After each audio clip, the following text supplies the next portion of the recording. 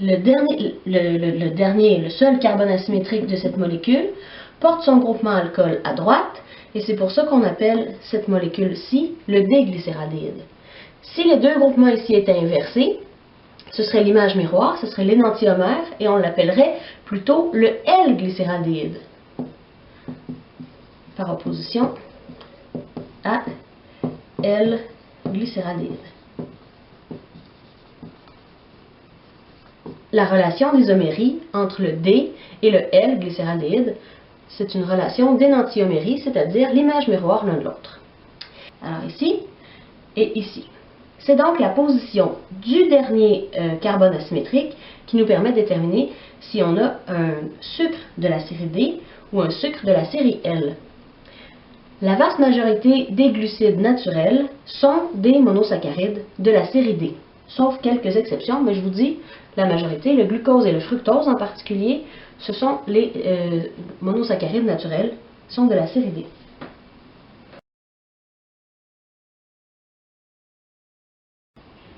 Un peu de vocabulaire encore.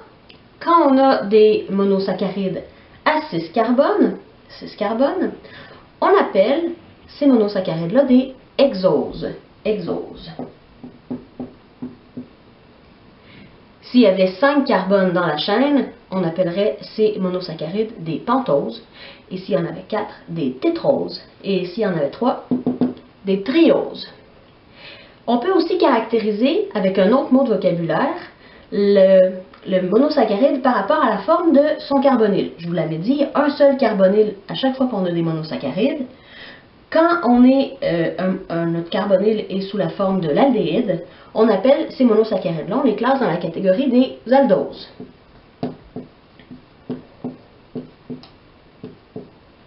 Sinon, on classe nos monosaccharides dans la catégorie des cétoses, lorsque ce sont des cétones.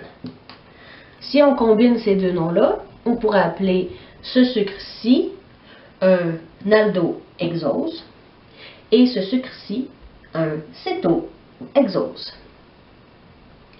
Il existe un seul monosaccharide qui ne possède pas de carbone asymétrique.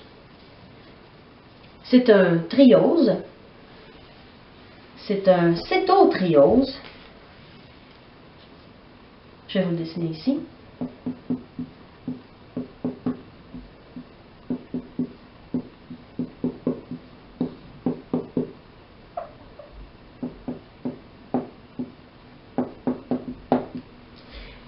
Il n'y a pas de carbone asymétrique, bien entendu, parce que ces 3 carbones, il y en a un qui porte 2 hydrogènes, celui-là aussi, celui-là, il y a une double liaison.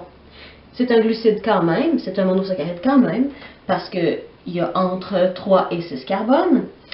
En fait, à partir de 3, même à 700. C'est moins commun, mais ça serait quand même un monosaccharide. Donc, il y a le minimum de 3 carbones nécessaires. Tous ces carbones portent des groupements alcool sauf un, qui porte un carbonyle. Et le carbonyle est bien, effectivement, en position 1 ou 2, dans ce cas-ci, en position 2. C'est un monosaccharide et il n'y a pas de carbone asymétrique, c'est le seul. Il s'agit de la dihydroxyacétone.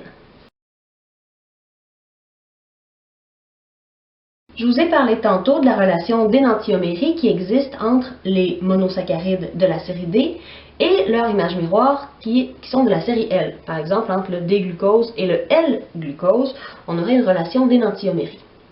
Par contre, il y a beaucoup de carbones asymétriques. Si on les inverse tous, ça nous donne l'énantiomère. Mais si on en inverse seulement quelques-uns, eh bien, ça ne donne pas des énantiomères, ça donne des diastéréoisomères. Je vais vous en dessiner un diastéréoisomère de cet aldohexose qu'on appelle le D-glucose. Je vais faire un monosaccharide de la série D, donc je mets mon alcool à droite. Et puis là, il suffit juste que je ne mette pas tous les mêmes groupements au même endroit. Mettons, plutôt que de mettre seulement 3 OH à droite, je vais les mettre tous les 4.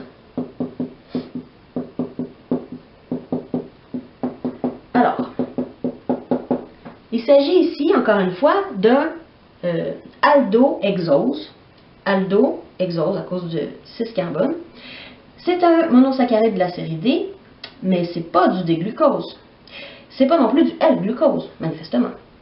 Donc, c'est un diastéréoisomère du glucose et il porte un autre nom. Ce monosaccharide s'appelle le D-allose. c'est pas une blague. Ceux qui me connaissent sauront que je dis souvent allô. C'est comme mon monosaccharide préféré, bien qu'il n'est pas très commun dans la nature. Donc voilà, le D-allose. Et si on change chaque carbone asymétrique un à la fois, mettons si je faisais qu'inverser celui-ci avec celui-là, j'aurais un autre monosaccharide, toujours de la série D, parce que je n'ai pas changé lui. Et celui-là, je l'appellerais le D-altrose. Je ne les connais pas tous par cœur, je vous le garantis. Donc, de la même façon que le D-allose, le D-altrose, le D-glucose, etc., ce sont tous des aldohexoses et ce sont tous entre eux des diastéréoisomères. C'est-à-dire que pour passer de l'un à l'autre, on change un nombre variable de position de groupement autour des carbones asymétriques.